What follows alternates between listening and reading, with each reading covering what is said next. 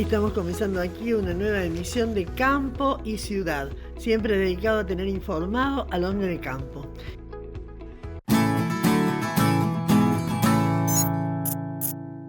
El ingeniero Marcelo Ventura realiza su habitual análisis de los distintos cultivos de la región pampeana. Lo escuchamos. Amigos, nuevamente con ustedes en Campo y Ciudad. En esta oportunidad, y ya como es de práctica, haremos una pequeña introducción respecto a las condiciones climáticas que imperaron durante el pasado mes de mayo, en donde las lluvias no fueron suficientes. Sí veníamos de un mes anterior, abril, que afortunadamente nos dejó buena carga en el perfil.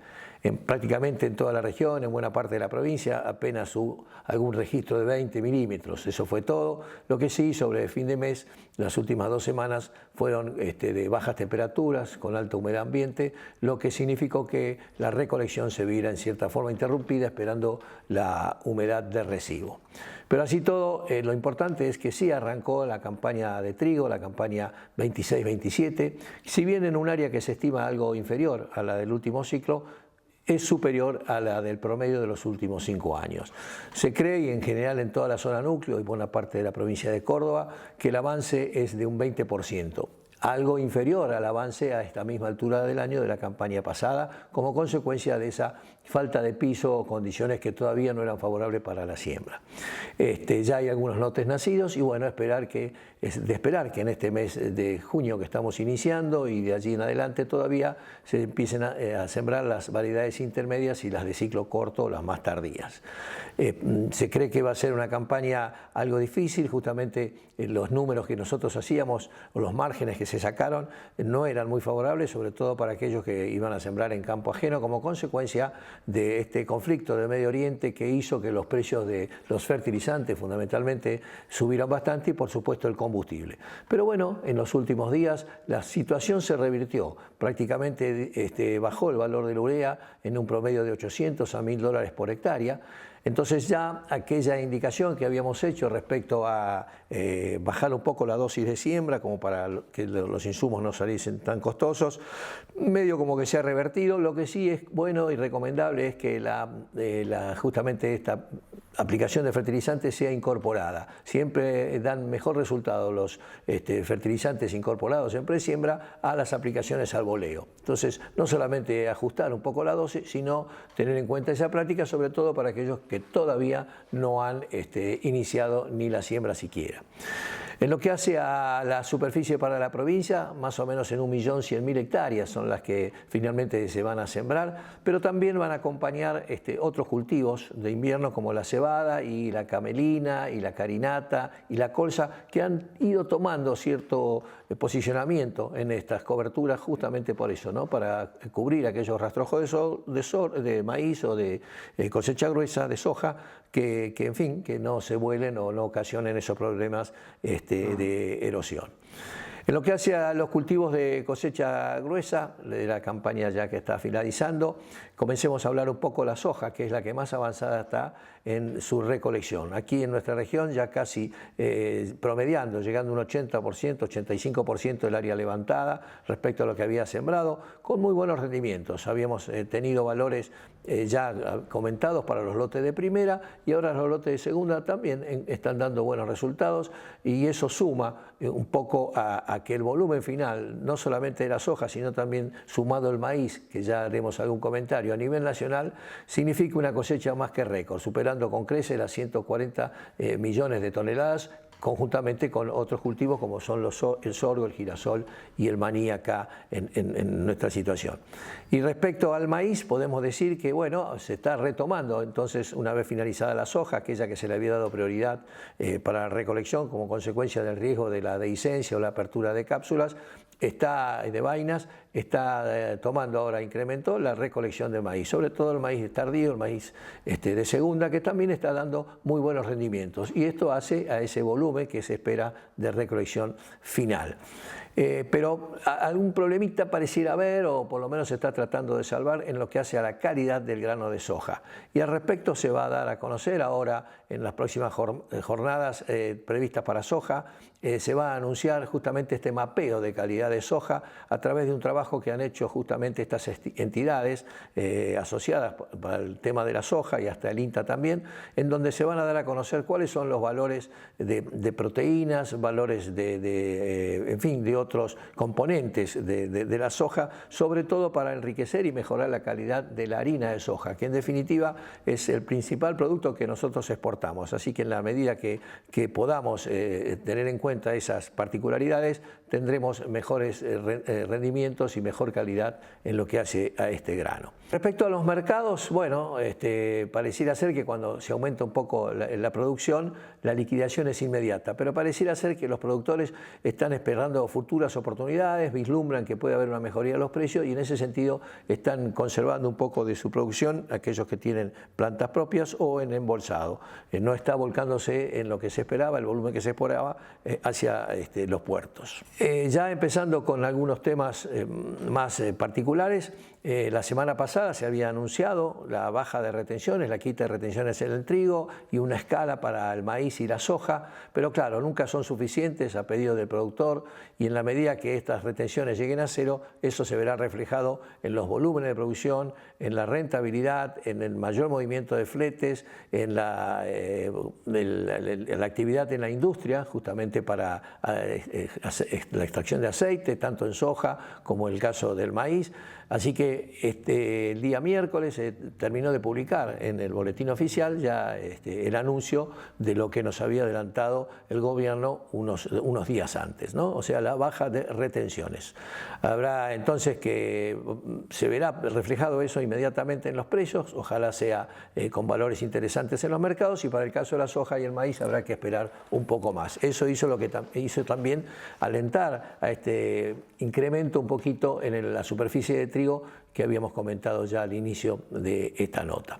El miércoles de esta semana se abrieron las puertas de una nueva edición de Agroactiva que será entre los días 3 y 6 de junio, con una superficie allí de unas 60 hectáreas en la localidad Armstrong, como en versiones anteriores, y se espera una asistencia entre 250 y 300.000 visitantes. Y ya empiezan algunos temas a aparecer como novedades, entre ellos un sistema de monitoreo de humedad en el suelo, se llama Cosmofil, que es lo primero que llamó la atención en estos días. Por supuesto hay también novedades en la parte crediticia, en la parte maquinaria, como nos tienen acostumbrados estas exposiciones, como lo fue Chacra también, así que hay tiempo todavía el día de hoy viernes y mañana sábado para que al menos los más próximos a esta localidad puedan llegarse hasta esta exposición de Agroactiva. En lo que hace al clima, también la Organización Meteorológica Mundial anunció algo inusual, que es un superniño, un fenómeno de superniño. Justamente a partir del segundo semestre, en días más se inicia ese segundo semestre, en donde tendremos que acostumbrarnos quizás a fenómenos climáticos de mayor intensidad, tanto en las precipitaciones, algunas tormentas, como en la sequía, en aquellos lugares o en aquellos hemisferios en donde se esté atravesando el invierno o el verano, como consecuencia de este anuncio y algunas modificaciones en las distintas cualidades del clima, ¿verdad? O sea que eso habrá que tenerlo en cuenta. En lo que hace a las lluvias, lo que puede ser más perjudicial si hay cuestiones primaverales de registros abundantes con anegamientos y esos riesgos o esas adversidades que este fenómeno del Niño suele traer.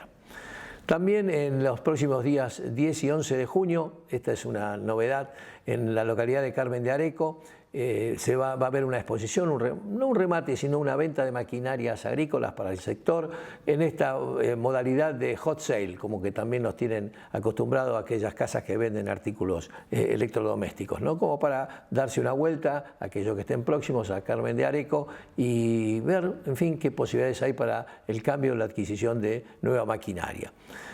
Por último, y ya otra fecha interesante para agendar es que el día 18 de junio en la localidad de Villa María tendrá lugar una jornada de capacitación y un debate profesional organizada por el Colegio de Ingenieros Agrónomos. Allí, lógicamente, se discutirán varios temas, tendrá indicaciones precisas para la siembra, para el tratamiento de enfermedades, el uso de agroquímicos, etcétera, etcétera. Y al respecto, también un trabajo del INTA en lo que hace a cuáles son los productos para estos nuevos cultivos que comentábamos al inicio, la camelina, la carinata, etcétera, etcétera, el uso de herbicidas, justamente para combatir estas plantas no deseadas en el inicio de la campaña de la siembra de cualquiera de estos cultivos. Nos van a hablar sobre toxicidad, nos van a hablar sobre el uso, las dosis, etcétera, etcétera. Es una guía que saldrá seguramente publicada en las páginas del INTA de Pergamino. Bueno, hasta aquí lo que teníamos para comentarles. Será hasta la nueva edición, un nuevo encuentro en Campo y Ciudad. Todos hablan de la IA, pero en EPEC te queremos contar sobre otra IA, la inteligencia ambiental. Cuando el caloventor está al máximo, hay filtraciones en las aberturas, o el aire acondicionado en modo calor está a más de 20 grados, tu consumo se dispara. Con pequeños cambios, cuidas el planeta y ahorras energía sin perder confort. Este invierno, activa tu inteligencia ambiental. EPEC, la energía de Córdoba. Cabaña en Los Nogales de Carmona Agropecuaria, 40 años produciendo Aberdeen Angus. Toros de campo para el campo con precocidad, rusticidad, fertilidad y facilidad de parto. Informes en Cabaña El Guanaco, Ruta 4, kilómetro 41, Serrano, Córdoba. Teléfonos 2346-681652 y 2346-483660. Correo electrónico administración@carmonaagropecuaria.com. Córdoba es tan fácil de llegar y tiene tantas opciones que muchos la llaman la capital de escapadas todo el año.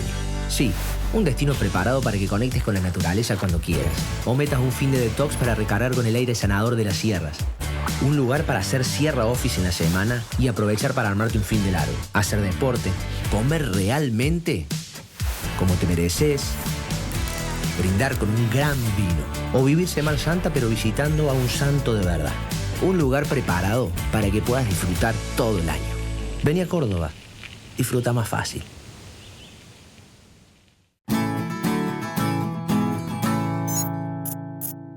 El ingeniero Ignacio Berri entrevistó esta semana a Ernesto Ambrosetti, consultor y asesor del sector agropecuario. Amigos, estamos en comunicación con el licenciado Ernesto Ambrosetti. Fue jefe de asesores económicos de la Sociedad Rural Argentina, fue director ejecutivo de Campo Limpio y es asesor y consultor agropecuario. Ernesto, te damos la bienvenida al programa y ya vamos con la primera pregunta. ¿Cómo ves el hecho de que el gobierno oficializó la reducción de las retenciones e hizo un cronograma de bajas hasta el 2028? ¿Qué tal, Ignacio? ¿Cómo estás? Bueno, un placer como siempre estar en tu programa y poder darle a tus televidentes la visión de cómo van aconteciendo los distintos eventos, ¿no? Y en este caso, como vos bien preguntás, bueno, se concretó, se formalizó, si querés, la baja de retenciones anunciada hace poquitas semanas ahí en la Bolsa de Cereales de Buenos Aires, donde el gobierno había anunciado una reducción para el trigo y la cebada de 2 puntos y bueno, y un cronograma de reducción para el resto de los productos como soja, maíz, sorgo, girasol y en este caso biocombustibles. Esto se oficializó este martes con un decreto que es el decreto 423 del 2026, que fue publicado en el Boletín Oficial, donde abarca todos los cultivos que recién te mencioné. Bueno, y en el caso del trigo y de la cebada, lo que se concretó es una reducción de 2 puntos, que veníamos en 7,5 puntos de retenciones, va a quedar en 5,5, así que a partir de ahora todo el mundo va a poder vender con 2 puntos menos de retención y se va a ver reflejado en los valores de pizarra, obviamente, esta mejora.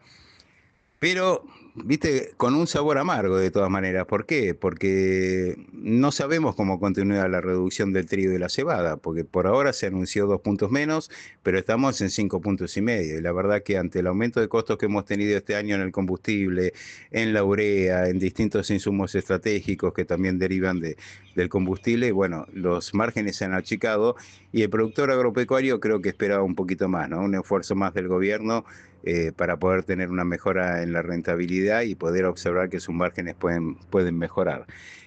Así que te diría que medio flojito. De todas maneras, también es bienvenido el cronograma para la reducción, ¿no? La reducción de los derechos de exportación al tema soja, que hoy están en el 24%, y que durante 2026 se van a mantener en el 24%, lamentablemente, porque ahí yo te diría que el productor también estaba esperando para el resto de los cultivos alguna reducción inmediata para mejorar la competitividad del sector. Pero bueno, a partir del 2027, o sea, enero de 2027, en forma mensual va a bajar 0,25 puntos los derechos de exportación hasta diciembre del 2028. ¿Qué quiere decir esto? Que durante todo el 2027-2028 vas a tener todos los meses un 0,25 menos y terminando el 2028 en un 15% de derecho de exportación para la soja. Vos me decís, ¿esto es bueno? Sí, es bueno. Nos hubiera gustado seguramente a todos los productores tener una reducción más acelerada y también la incógnita, ¿no?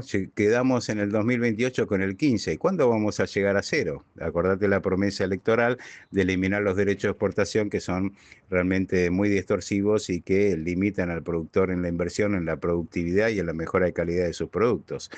Así que por ese lado la soja, bueno, tenemos el interrogante cómo va a continuar, lo mismo que trigo la soja, cómo va a continuar esta reducción.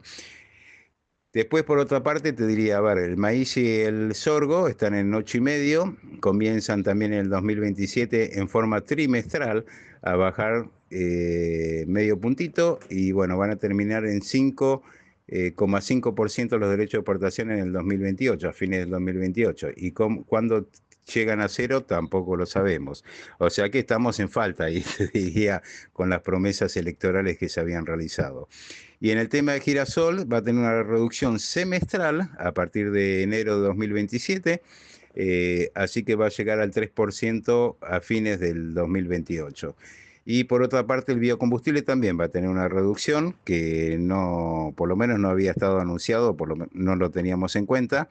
Pero bueno, alcanzó el biocombustible. El gobierno estableció una alícuota de 0% para biodíseles que vengan elaborados a partir de aceite de colza, de cártamo y otros aceites. Y en el caso de la soja, no. En el caso de la soja va a tener una reducción progresiva para llegar en el 2028 a fines de 2028 al 13%. O sea que bueno, la reducción es bienvenida, por supuesto, el anuncio también.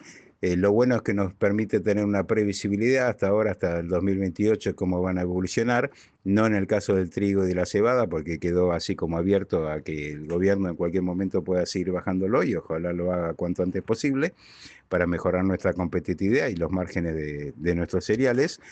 Pero queda el sabor amargo, como te decía, que no llegamos a cero. O sea, ¿cómo va a continuar esto? Además, aparentemente esta reducción de cronograma se va a mandar al Congreso, así que difícilmente se pueda modificar una vez si el Congreso lo aprueba de esta forma o por ahí lo modifique el Congreso y podamos llegar a cero de acá al 2028. Ojalá sea así. Yo creo que eso sería muy bueno para todo el sector agropecuario y para todos los productores porque nos mejoraría la competitividad. Bueno, y recordemos que el tema de los derechos de exportación, el gobierno dijo que estaba supeditado también a un posible aceleramiento, ¿no?, de la reducción en este cronograma si la situación fiscal mejoraba el año que viene. Así que esperemos que en el segundo semestre de este año ya haya una mejora, una reactivación más importante, un crecimiento más sostenido, donde el gobierno tenga una mejora en el superávit fiscal y quizás pueda acelerar esta reducción del cronograma y acelerar la mejora de competitividad, ¿no?, para el sector agropecuario. Bueno, esperemos que eso fluya de manera positiva para poder acelerar esto y tener una mejora mucho más rápido para que el productor pueda invertir y mejorar su productividad y la calidad de producción. Ojalá sea así, Ignacio. Ernesto, ¿qué implica un aumento en el precio del trigo y una baja en el precio de la urea? Bueno, Ignacio, justamente aumento de precio de trigo y baja en el precio de urea habla de los precios relativos, ¿no?, que históricamente estábamos mejor posicionados hasta que tuvimos la guerra de Medio Oriente, que todavía continúa y al día de hoy presenta mucha volatilidad en el precio de combustible. Y vos acordate que la urea, su insumo principal es el gas, con lo cual esto ha incrementado el valor de la urea para los productores. Recordemos un poquito, a ver, en los últimos meses la urea llegó a valer $1.050 la tonelada. Hoy se está ubicando en los $840 la tonelada, que son muy buenos para el productor. Y además, como decís vos, el trigo tuvo una pequeña recuperación de precios, que viene muy bien para el productor agropecuario. O sea que son dos beneficios, ¿no? Que aumentó el precio del trigo y que bajó el precio de la urea. ¿Esto qué me dice? Me dice que los precios relativos, o sea, la cantidad de toneladas de trigo que necesito para comprar urea, son menos que antes. Antes, con una urea que había llegado a $1.000 la tonelada, o lo había superado un poquito, necesitábamos 5 toneladas de trigo para comprar una tonelada de urea, y hoy se está ubicando en 3.8 toneladas de trigo para comprar una tonelada de urea. Esto quiere decir que mejoraron los precios relativos. Esto es muy bueno ahora que estamos iniciando la siembra, porque bueno, al macollaje seguramente se va a aplicar algo de urea después en el desarrollo del cultivo. Y bueno, vamos a poder aprovechar esta urea un poquito mejor en los precios relativos. ¿Para qué? Para obtener mayor productividad por un lado y mejor calidad de trigo por el otro. Esto nos va a permitir, obviamente, salir al mercado con un trigo de mayor calidad seguramente que el año pasado. Esperemos que tengamos una mejora en la calidad y muy buena productividad. ¿Por qué? Porque el productor lo necesita. ¿Por qué lo necesita? Porque los márgenes están muy chicos, los márgenes están muy finitos, y bueno, tenemos que trabajar con el aumento de costos de los combustibles, que nos ha afectado todas las labores, nos ha afectado los fletes, va a afectar en toda la cadena agroindustrial, aparte del transporte y la transformación de los productos. Y bueno, todo esto ha afectado los costos fuertemente. No solamente la urea ha aumentado, también el fosfato diamónico y otros productos o insumos estratégicos, el valor de las bolsas, que son derivados del petróleo. Bueno, todo esto ha aumentado los costos de producción, y obviamente el productor lo que necesita es mejorar su competitividad, es decir, que estos precios relativos se adecúen de forma tal que nos permita apuntar a una mayor calidad en la producción y productividad. Así que bueno, muy bueno la noticia del trigo, que sigue aumentando, a pesar de que había llegado a $232 la tonelada y hoy está en 222. Esperemos que no siga bajando, sino que se consolide por arriba de los 220. Esperemos que sea así y que la tonelada de urea, bueno, pueda seguir tendiendo a una baja, ¿no? Yo espero que baje a los $800 la tonelada, ojalá. Te diría que el precio histórico de referencia en la campaña anterior estaba en $750, así que bueno, esperemos que esto lo logremos prontamente para que el productor esté más tranquilo y con más posibilidades de mejorar su productividad. Ernesto, muchas gracias por acompañarnos. Te mando un abrazo grande. Cada día que pasás en Córdoba Capital es un día ganado. Un día que le sumaste a tu vida. Un día que te guardarás por siempre. Cada día en Córdoba Capital es un día que no volverá a repetirse. Como tu niñez, como este instante. Cada día que pasás en Córdoba Capital es un día especial. Un día que algún día vas a querer vivirlo de nuevo. Vení a Córdoba Capital.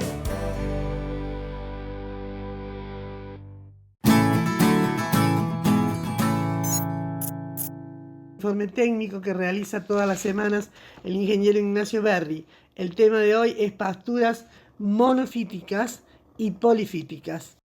Amigos, en el informe técnico de hoy vamos a hablar de las pasturas monofíticas y polifíticas.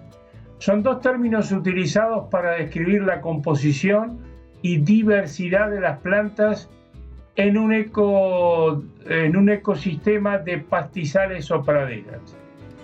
Las pasturas monofíticas. Una pastura monofítica se compone principalmente de una sola especie de planta. En este tipo de pasturas, una sola especie de planta domina el paisaje y constituye la mayor parte de la biomasa vegetal presente. Por ejemplo, una pastura monofítica podría estar compuesta principalmente de pasto de una sola especie. Pasturas polifíticas. Una pastura polifítica, por otro lado, se caracteriza por la presencia de múltiples especies de plantas en proporciones variables. En este tipo de pasturas hay una mayor diversidad de especies vegetales presentes, lo que puede contribuir a una mayor diversidad y resiliencia del ecosistema. Las pasturas polifíticas pueden incluir una mezcla de diferentes tipos de gramíneas y leguminosas. La elección entre monofíticas y polifíticas depende de varios factores como el clima, el tipo de suelo, el uso previsto de la tierra y los objetivos de gestión. Las pasturas monofíticas pueden ser más adecuadas en ciertos casos, como en la producción intensiva de forraje, donde una especie particular ofrece altos rendimientos y calidad nutricional. Por otro lado, las polifíticas pueden ser más beneficiosas en términos de conservación del suelo, protección de la erosión, biodiversidad y resistencia a enfermedades o plagas. Amigos, nos vemos. Todos hablan de la IA, pero en EPEC te queremos contar sobre otra IA, la inteligencia ambiental. Cuando el caloventor está al máximo, hay filtraciones en las aberturas, o el aire acondicionado en modo calor está a más de 20 grados, tu consumo se dispara. Con pequeños cambios, cuidas el planeta y ahorras energía sin perder confort. Este invierno, activa tu inteligencia ambiental. EPEC, la energía de Córdoba. Cabaña Los Nogales de Carmona Agropecuaria, 40 años produciendo Aberdeen Angus. Toros de campo para el campo con precocidad, rusticidad, fertilidad y facilidad de parto. Informes en Cabaña El Guanaco, Ruta 4, kilómetro 41, Serrano, Córdoba. Teléfonos 2346-681652 y 2346-483660. Correo electrónico administración@carmonaagropecuaria.com.